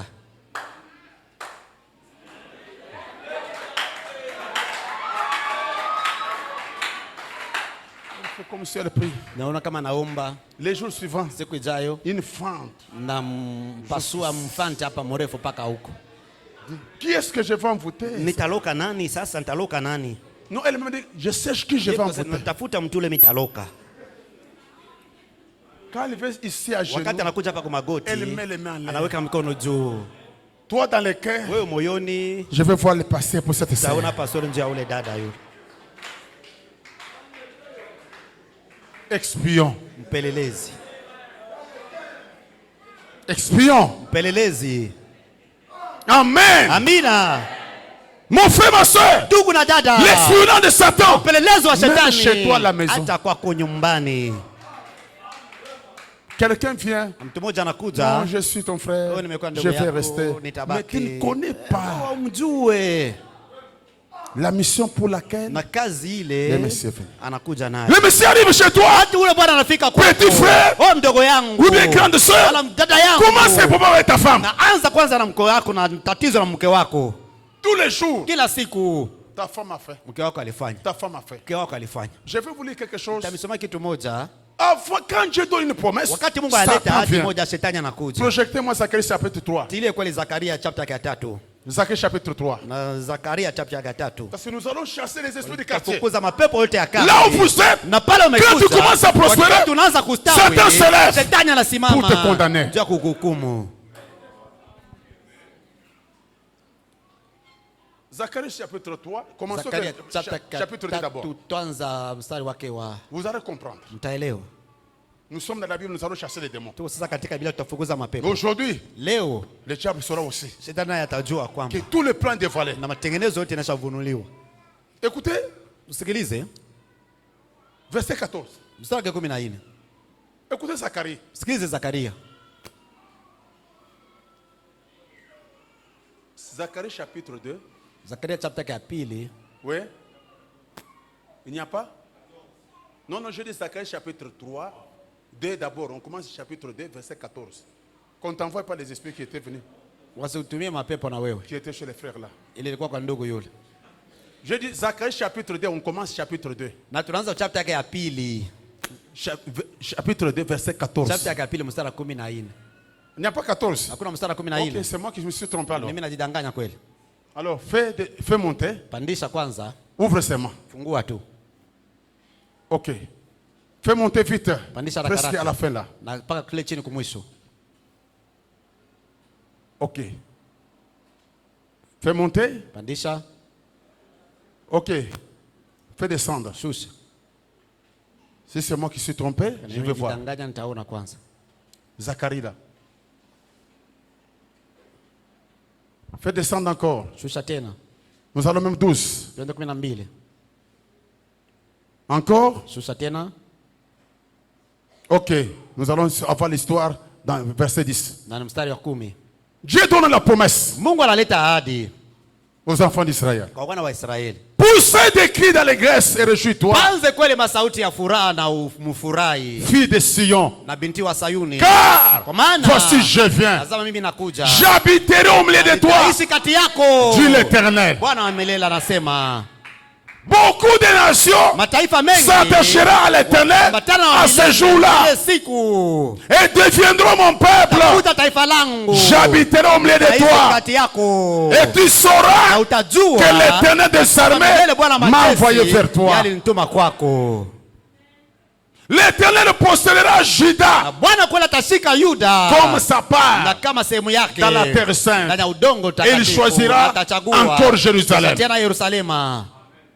Que toute chair fasse silence devant l'Éternel, car il s'est réveillé de sa sainte demeure. Toi, fille de Sion, sois dans la joie. L'Éternel promet que tu seras dans la joie.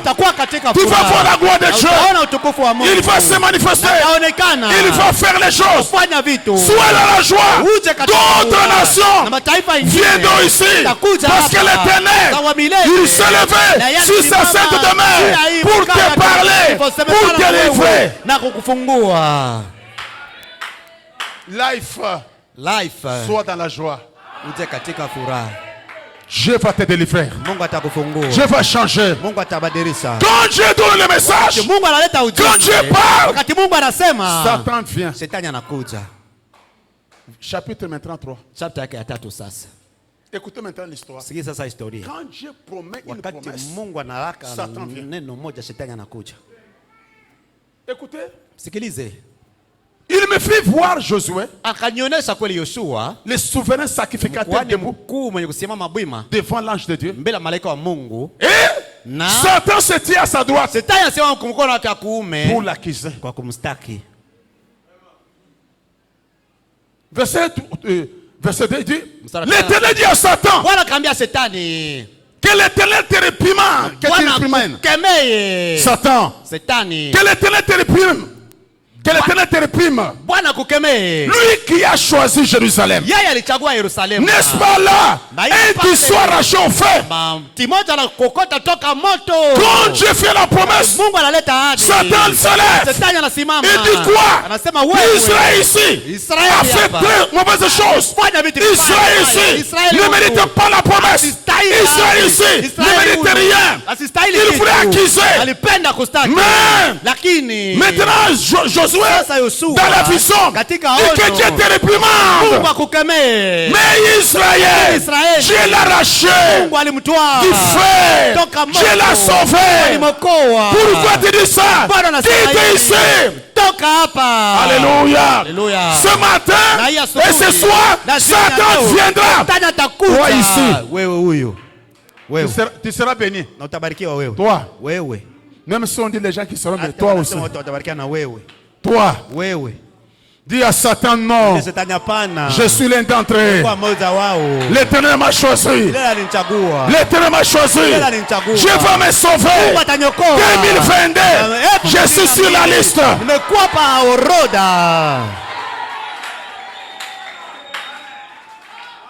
Mon frère, ma soeur, Satan s'élève quand Dieu fait la promesse. Dans chaque département, dans chaque quartier, il y a l'antenne de Satan. Dans chaque pays, les agents de Satan sont là. Dans chaque avenue, ils sont là. Parfois dans chaque parcelle. Tout ce que vous voyez sur nos croisements des avenues, il y a des incantations. Il y a des choses là. Avez-vous déjà vu qu'on a déjà placé le monument ici qu'on place dans notre ville ici pendant la journée? Non, c'est au milieu de la nuit. Pourquoi au milieu de la nuit? Pour invoquer les esprits. Et les esprits là sont là pour contrôler. Même dans l'avenir, là vous êtes, il y a des sorciers contrôlés. Il y a des autres physiques. Ces gens-là, quand tu commences à monter, ils signalent. Ils signalent dans leur monde. Le Messie, ça ne va pas. Même au village, il communique. L'armée de Satan est organisée. C'est pourquoi Branham dit, un chrétien, il est humble, doux, na Il ne mpole, parle pas beaucoup. asiseme zaidi. Un chrétien Kristo ne dit pas toutes ces choses à usiseme n'importe vile qui. vitu kwa mtu yoyote. Donne le témoignage Aleta de ushuhuda ce que yako, Dieu a fait. yote Mungu Mais alifanya. ton secret du Lakini cœur siri zako za ne moyo dévoile pas n'importe na qui. usiyavumbulishe kwa mtu Parce que yoyote. nous sommes dans le Kwa monde maana tumekuwa ndani où ya nous sommes ulimwengu, espionnés. na tunakuwa na wapelelezi, watu wanafanya upelelezi pembeni yetu. Le diable va faire que Shetani atafanya tu ne vives pas la parole. usiishi neno. Branham dit, Branham anasema c'est quand on fait la promesse ni wakati unafanya ahadi, que le diable vient. shetani anakuja. Et c'est lui, Na ni yule Branham dit, Branham le anasema plus grand péché na dhambi mkubwa de ne pas rien faire. ni kukosa kufanya Quand on chochote. dit fais ça, Wakati wanasema fanya Et hivi toi tu ne fais pas. na wao ufanye, C'est le plus grand ni péché. dhambi mkubwa. Branham dit ceci. Branham anasema hivi, Remplir de force dans la vallée. na jaza mashimo katika bonde. Life. Life, Tu dois prendre ta position maintenant. unapaswa simama sasa fazi yako. Parce que nous allons condamner ces esprits. Utahukumu ile mapepo. Nous allons prendre la puissance de Dieu Chukua uwezo wa Mungu, pour chasser tous les esprits. fukuza mapepo yote. Quand nous allons quitter ici, Wakati vous atoka hapa, arrivez chez vous à la maison, unafika kwenye vous nyumbani, commencez à chasser. mnaanza Puis kufukuza. entre dans ta maison, tu chasses. Unafukuza, Je vais vous donner l'autorité. mpatia madaraka. Frère Branham dit, Abraham anasema c'est vrai, c'est vrai, c'est vrai. Paragraphe 51, il dit ceci. aya 51 anasema hivi, J'ai fait même les chèques. nilifanya hata masheki, On va donner à chacun. watapatia kila mmoja.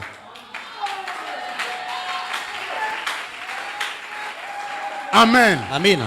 Mais beaucoup, vous allez lui parler spirituellement. Lakini vitu nyingi Ici, mtamuonesha c'est katika assez- kiroho. c'est comme un symbole Hapa seulement. imekuwa tu kama Beaucoup vous allez ni parler. alama tu, lakini nyingi mtasema. Vous allez garder Mtachunga ce que tu as écrit. yote uliandika, Tout ce qui est écrit yote est vimeandikiwa, déjà écrit. vinaweza kuandikiwa. Frère Branham dit, Ndugu Branham quelqu'un nous anasema, dit, Frère Branham, ndugu Branham, je ne fais rien. sifanye kitu. Un croyant ne doit pas dire que je ne fais rien. Siwezi kufanya kama Je sifanye n'ai kitu. rien comme l'argent. Sina kitu kama Je n'ai rien à donner. Sina kitu ya kutoa. Le dimanche, Na siku ya yenga, chacun doit créditer kila son mmoja compte. anapaswa kufungua Nous allons yake. briser Na tutavunja tous les hôtels. na madhabahu Mais yote. chacun doit amener quelque Kila chose. mmoja anapaswa leta jambo Ne quittez moja. pas. Na msiache. Nous allons construire l'hôtel Jenga madhabahu. où la puissance de Na pale Dieu uwezo wa doit Mungu. descendre à cet Na endroit. unapaswa usifanye Mais ne dis pas kazi. Na que usiseme ya kwamba moi je ne sais rien faire. mimi sina kitu, sijui kufanya kitu. Branham dit, Branham anasema c'est peut-être là le problème. mara nyingine pale tu C'est bien là la difficulté. ilikuwa ni pale magumu. Quand on est bien avisé, Wakati unakuwa na sasa upesho, c'est plus qu'un péché napita kama zambi de ne rien faire na kama ufanye kitu que de faire quelque chose. japo ufanye jambo moja. Amen. Amina. C'est plus qu'un péché Pita kama de ne zambi, rien faire kama ufanye kitu que de faire quelque chose. unatenda jambo Fais moja. d'abord ce que Dieu t'a dit de faire. Ufanye. Vous savez, quand on est pauvre, Unajua wakati umekuwa on maskini aime beaucoup qu'on nous donne. unapenda zaidi wapate L'esprit de la kutupatia. pauvreté Roho ya umaskini réside pour recevoir. inabaki tu ni kupokea Mais tu. l'esprit de la richesse Roho ya réside pour utajiri, donner. yayo inakuwa pale ndio ya kugawanya. Et vous allez voir, Utaona un fainéant, ushenzi il faut manger beaucoup de foufou. anakula ugali nyingi. Il peut manger même 50, même Anakula 3 fois par ama jour. mara tatu kusiku. Même 10 boules. Hata mabulu Un 10. fainéant. Mshenzi. Parce qu'il ne raisonne rien. Bwana siwaze Son problème, kitu, c'est manger. mambo yake ni kula tu. Mais un homme qui travaille beaucoup, Mtu anatumika zaidi. il faut manger peu, Anakula kidogo. mais il fait beaucoup de choses. Lakini anafanya vitu Un nyingi. chrétien Lakini doit faire beaucoup de anaweza choses. kufanya vitu nyingi. Amen. Amina. Même ce que vous allez demander à Dieu, Hata mtaomba Mungu. demandez ce que vous Muombe sentez. vyote vile mnasikia Ne cherchez ndani pas yenu. une page. Msitafute La Bible déclare, il va donner na atatoa même aux gens hata kwa ceux qui n'ont watu pas demandé. wale wakuombe.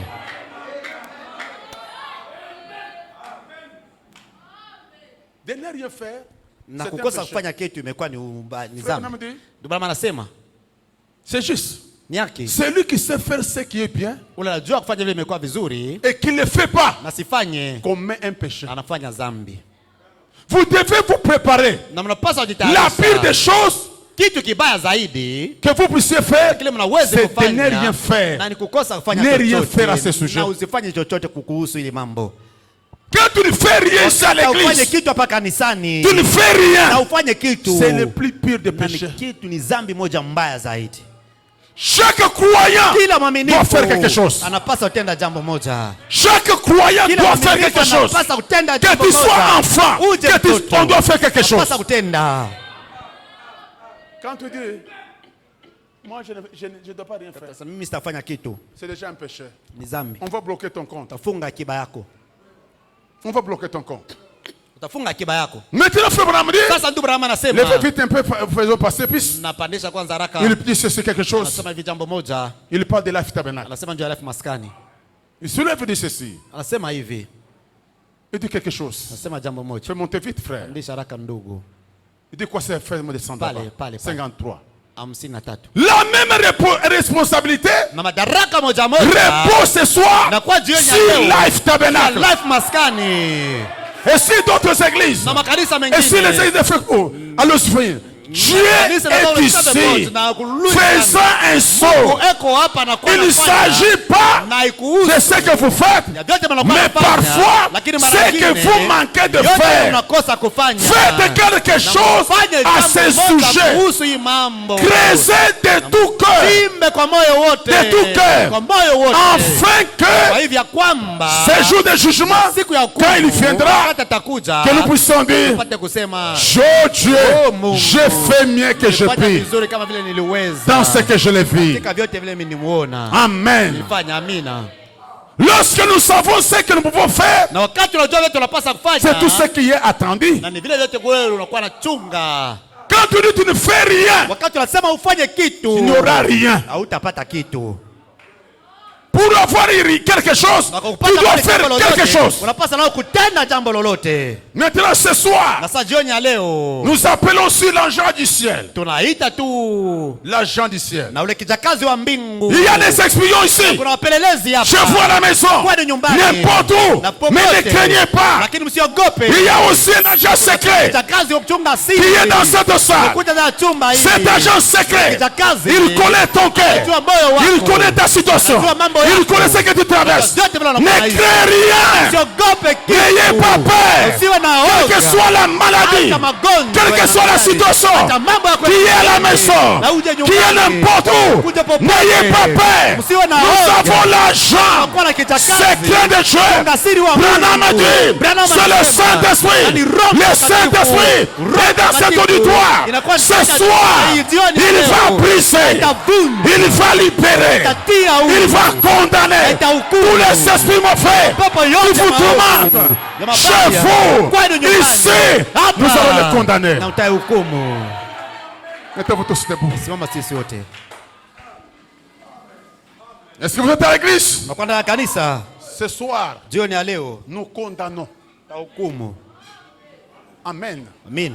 Tout ce que, quand tu veux arriver à une bénédiction, Wakati unapenda kufika kwa baraka, il y a un blocage. kunakuwa kifungo. Vérifie ça vient d'où? Angalia inatoka wapi ile kifungo. Ça vient d'où? Inatoka wapi? La surveillance. Uangalizi. Frère Branham dit, Ndio Brahma anasema pendant que nous sommes debout, wakati tumesimama bwima, mon prophète dit ceci. nabii wangu anasema hivi, Les départs secrets na kwenda kwa siri et soudain de l'église. na kwa kushutusha kwa kanisa. Prêché 12 novembre, Bila 12 tarehe octobre 58. 12 mwezi Oktoba mwaka Ma soeur, 58. il y a les agents de Dieu. Jaja, ici. kuna vijakazi wa Mungu hapa. Il y a l'ange. Kuna malaika Il y a la colonne de fer. na kuna nguzo la moto. Donne-lui confiance. Na mpatie tumaini. Il est capable Ana uwezo de te libérer dans la simplicité. na kutia huru katika unyenyekevu. Frère Branham dit, Baba anasema par 167, il dit ceci. 167 Il dit ceci. nasema hivi, Je vais sauter et lire 170. taruka na nitasema Comment ça, 165? 167. Est-ce que vous êtes à l'église? Kwanza kanisa Nous appelons sur l'agent secret. tunaita pia ule mchunga kiba ama mchunga siri, Il est là. iko pale Juste avant que nous lui parlons, mbele ya kwanza tupate kusemezana naye. chaque homme Kila mwanadamu chaque femme, kila mume wala kila mke, chaque garçon, kijana binti, chaque fille, kijana chacun dume, à sa na manière. kila mmoja mnamna yake. Nous allons parler à Dieu, non? Tasema kwa Mungu Chacun à sivyo, sa manière. kila mmoja mnamna yake. Pendant que je vous Na parle, wakati nasemezana na nyinyi, pendant que je nous parle, wakati nasemezana na nyinyi, sachez que mjua kwamba son agent secret, mtendakazi wake mchunga siri, celui que vous ne pouvez pas voir, yule muwezi kuona avec vos yeux, macho yenu, qui est donc un agent secret, mtendakazi mchunga siri, le Saint-Esprit béni Roho Mtakatifu est dans ce bâtiment. kwa katika majengo hii. Est-ce que vous le croyez? Mnaamini? Voulez-vous qu'il se souvienne de vous Napenda vikumbuke auprès du Père na kwa Baba ce matin ou ce soir? asubuhi wa jioni ya Quoi leo. que vous voulez être Na prêt, chochote kile unapenda enfin kuwa il tayari, viendra. Yuko hivi Vous atakuja allez à lui. na mtaenda kwake. Si vous le voulez, Na kama unampenda, voulez-vous lever la main unapenda kuinua mkono vers lui? na kumbe kwake. Que Dieu vous bénisse. Mungu amebariki. Je pense que pratiquement Nafikiri kwamba la main est dans la salle élevée. imekuwa katika chumba La mienne aussi élevée. na yangu mia pia sio Le Saint-Esprit. Roho Mtakatifu. Je veux qu'il lui apporte, qu'il la rapporte au Père. Pate kupeleka kwa Baba. Baisse le regard, ton Peleka regard angalisho yake sur moi. juu yangu. Oh, ce soir, Oh, jioni ya leo. que le Saint-Esprit Roho Mtakatifu dise à Dieu, pate kwa que le Saint-Esprit dise, Roho Mtakatifu ce soir, il y a les gens na kuna watu qui sont espionnés, qui ont des problèmes, qui ont des situations, mais regarde-les. ndio uangalie. Oh, ce soir, Oh, jioni ya peu leo. importe Hata izuru la puissance des démons, uwezo wa mapepo. j'appelle l'ange, Naita malaika. la colonne de feu, Nguzo la moto. qu'elle quitte le ciel, qu'elle quitte la photo. Ce soir, j'invite l'ange puissant qu'il descend dans cette salle. J'invite ce soir que Michael descende dans cette salle. Ce soir, j'invite le Dieu de Branham qui quitte l'histoire dans cette salle. katika hapa. Amen. Amina. Merci Jésus. Asante. Il est dans cette salle. Amekuwa katika chumba hii. Il est dans cette salle. Katika hii chumba. Est-ce que vous croyez? Mnaamini? Ce soir, Jioni ya leo. l'agent secret de Dieu, Chunga siri wa il va t'écouter. atakusikiliza. Il va t'entendre. Atakusikiliza. Prononce les bonnes paroles. Maneno mazuri. Parle-lui. Ce que tu vas vouloir faire. Yote utapata. Parle-lui. Dis-lui. Mwambie. Je suis fatigué. Mechoka. Mechosha. Seigneur, aide-moi. Bwana unisaidie. Avec ton nom, Na jina lako nous renversons nos ennemis. na tutangusha adui zetu. Pendant que nous sommes debout, Wakati wewe simama. oui, ce soir, Ndio jioni ya leo. nous écrasons. Na tutaponda. Nous n'allons pas beaucoup chanter. Na tutaimba Nous zaidi. allons chanter mais canter. Tutaimba ta nyimbo Mais moja. nous allons chasser Tutafukuza tous les esprits. mapepo yote. Ceux qui n'étaient pas dévoilés, ils seront dévoilés. Watavumburishwa. Ceux qui sont à la maison, Wamekuja ceux qui nyumbani. sont ici, nous Wamekuja allons hapa. voir. Wataona. Amen. Amina. Je me sens où ce soir maintenant. Nasikia mtu wa heri asubuhi ya leo ama jioni ya leo sasa. Pendant que Wakati on commence à prier, tutaanza kuomba. je prends Tutachukua notre psaume 44. Mazaburi 44. Notre psaume 44. Zaburi 44. Qui dit, Nasema oui c'est vrai. ndio ni kweli. De ta main tu as chassé les nations Toka mkono wako ulifukuza pour mataifa les établir. na njoo kuatia. Tu as frappé des peuples. Ulipiga kweli Pour les taifa étendre. mataifa njoo ya kuzinenepeza uzambazwa. Ce n'est point par les épées Haina kwa mpanga qui se sont yao. emparés du pays. Na walishika nchi. Ce n'est point les bras, Haina mkono qui les a wao sauvés. ili waokoe. mais c'est ta droite, Lakini mkono wako wa kuume. c'est ton bras, Mkono wako. c'est la lumière de ta face. Na ni nuru ya uso wako. Parce que tu les aimais. Kwa sababu uliwapenda. Oh Dieu, Oh Mungu. tu es mon roi. Umekuwa mfalme wangu. Ordonne Agiza la délivrance na ufungulivu de Life Tabernacle. wa Life Maskani. Avec toi, Pamoja na wewe nous renversons tutangusa nos ennemis. adui zetu. Avec ton nom, Pamoja na jina nous lako, écrasons tutaponda nos adversaires. adui wetu.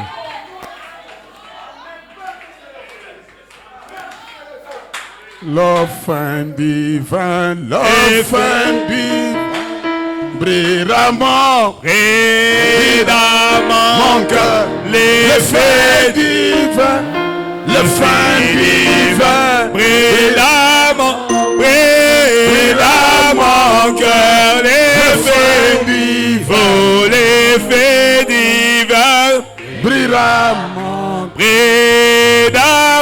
mon cœur, le fin divin, ouvrira mon cœur. Oui, j'aime Jésus. J'aime, oui, de tout mon cœur, j'aime, oui, j'aime Jésus, de tout mon cœur, J'aime Jésus, j'aime Jésus, de tout mon cœur. de mon cœur, J'aime Jésus, de tout mon cœur. Oui, alléluia. Oui, alléluia, gloire à son, gloire à son nom. Alléluia, alléluia, gloire à son nom. gloire à son nom. Alléluia, Alléluia, gloire à son nom. gloire à son nom. Alléluia, Gloire à son nom. Oui, on reçoit les. Sois de tout ton cœur, de tout ton cœur.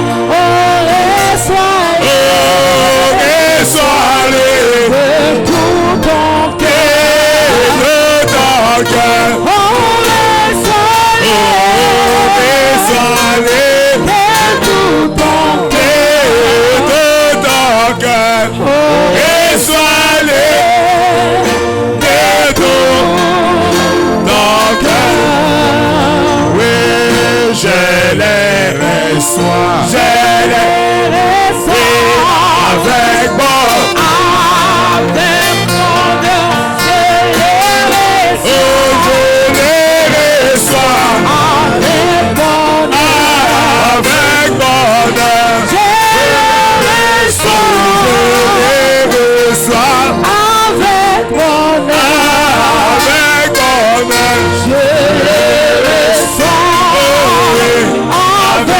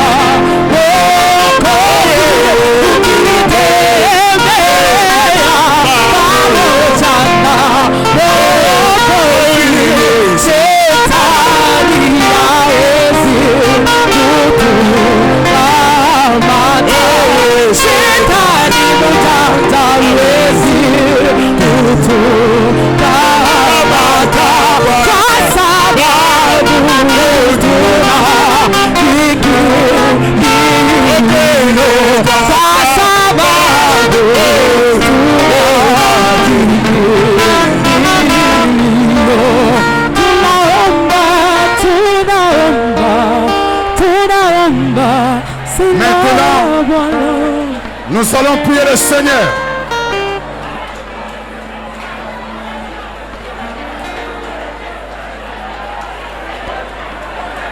La victoire est dans le sang. Alléluia. Dans le sang de Jésus-Christ, mon sauveur. Oh, la victoire est dans le sang. Alléluia. En Jésus, la gloire, alléluia. J'attends gloire, gloire, gloire, présence, alléluia, gloire, alléluia, oh oui, la victoire est dans le sang, alléluia, Jésus.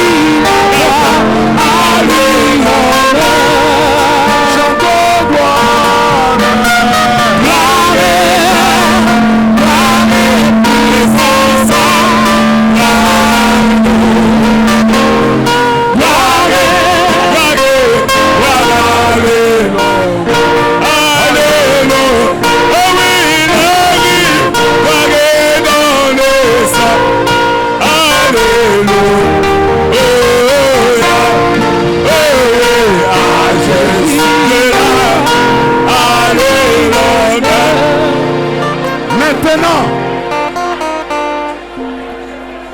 suivez la conduite. Suivez maintenant la conduite. Comme la Bible déclare, Kwani Biblia inasema soumettez-vous à Dieu. na mjitoe kwa Mungu Résistez à Satan. na mfukuze shetani, Il fuira loin de vous. atakimbia ataenda mbali yenu. Ce soir, Na jioni ya leo, même si tu es faible, mets-toi debout. kwa mdhaifu simama. Même si tu es faible, mets-toi debout. Tumekuwa mdhaifu simama. Ce soir, Jioni au ya moins leo, ceux qui sont à genoux, il n'y a pas de problème. kuja kwa magoti hakuna tatizo. Mes frères, mes soeurs, Kwa ndugu na wadada, ce soir, nous jioni allons ya leo, chasser les démons. tafukuza mapepo.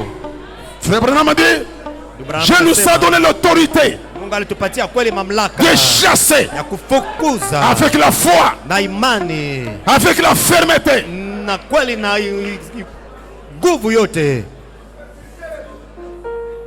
Nous allons d'abord appeler. Tutaita kwanza Ici, nous allons d'abord invoquer na hapa tutaita kwanza le Dieu qui avait dit aux enfants d'Israël. Mungu yule alionyesha wana wa Israeli. Les Égyptiens que vous voyez, Wa Misri mnaona, vous ne le verrez jamais. hamtaona kamwe.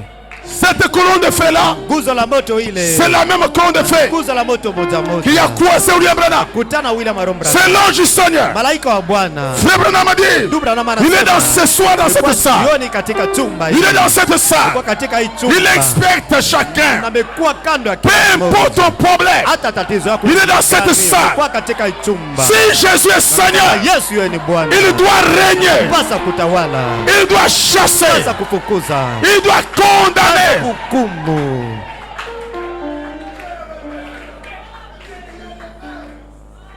Il est le même hier. Pendant que tu étais ma soeur, Na wakati unakuwa les yeux fermés, macho yenye kufungwa, croyant que kuamini ya kwamba il est la tour forte umekuwa mnara ya nguvu en face de ton ennemi. mbele ya adui wako. Ne crains rien. Usiogope. Si Jésus est Seigneur, Kama Yesu ni il Bwana, doit régner. na anapaswa Si Jésus est kutawala. guérisseur, Kama Yesu il doit ni guérir. anapaswa Si kutawala. Jésus est Dieu, il doit dominer. Si Jésus est tout puissant, il doit régner ce soir. Sasa kutawala jioni ya leo.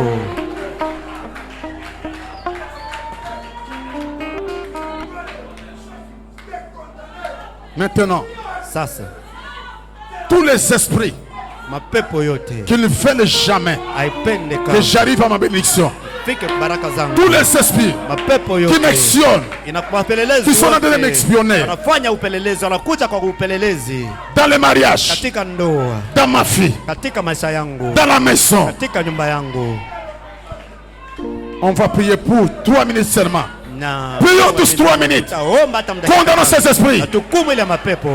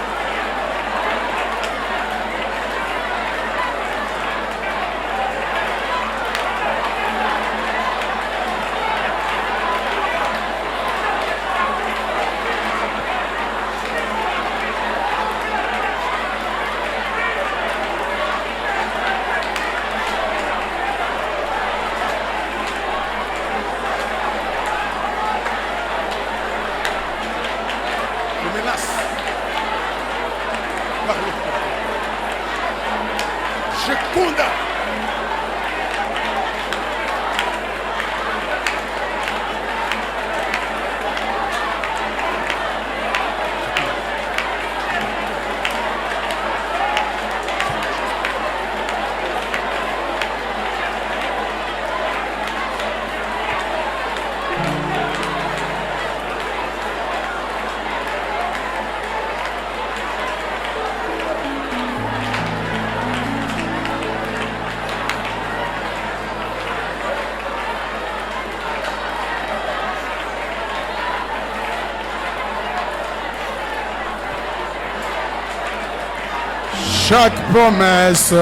Chaque promesse dans le livre est mienne, chaque chapitre, chaque verset, chaque ligne. Oui, je crois ton amour divin. Oh oui, chaque promesse dans le livre est mienne. Oh Malachie 4, chaque promesse dans le livre. Oh oui, et bien, chaque chapitre, chaque verset, chaque ligne. Oui, je crois son amour divin. Oh oui, chaque chapitre. Maintenant, soufflez ce que nous allons faire.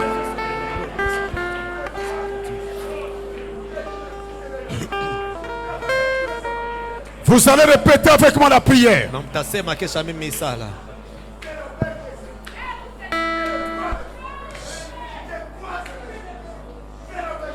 Créateur de cieux de la terre, Créateur des cieux et de la terre. les tout-puissants, Le tout-puissant, les terribles, le terrible, les forts, le fort, les puissants, le puissant, les rois de tous les rois, les seigneurs de tous les seigneurs. le Seigneur de tous les seigneurs. Ce soir, Ce soir, nous avons besoin de toi. nous avons besoin de toi. Toi la colonne de feu. Toi la colonne de feu. Quitte la photo. Toi l'ange puissant. Quitte la photo. Quitte la photo. Toi le Dieu de Branham. Toi le Dieu de Branham. Quitte l'histoire. Quitte l'histoire. Entre dans cette salle. Entre dans ce message. Pour délivrer. Pour délivrer. Pour changer. Pour changer.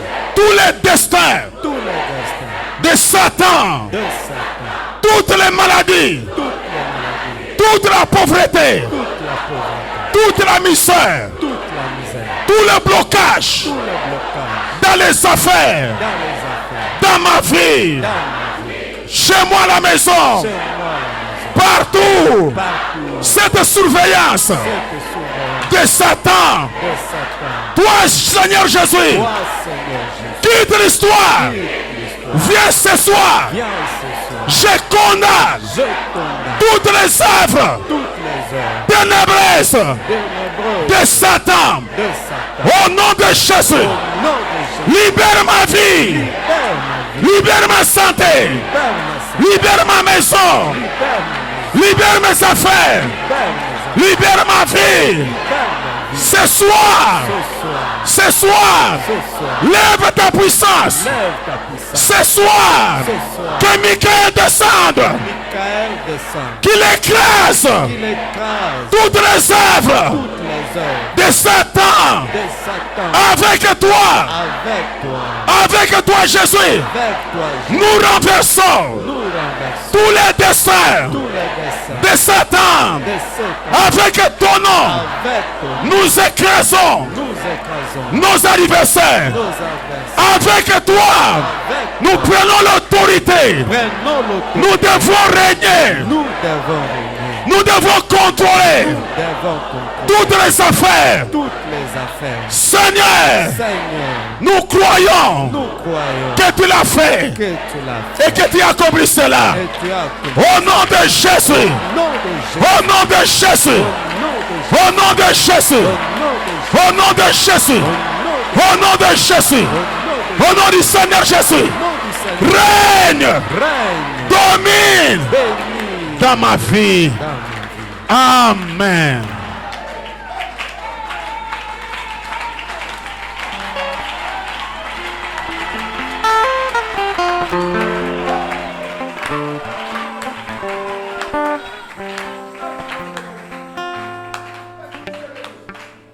Amen. Amen.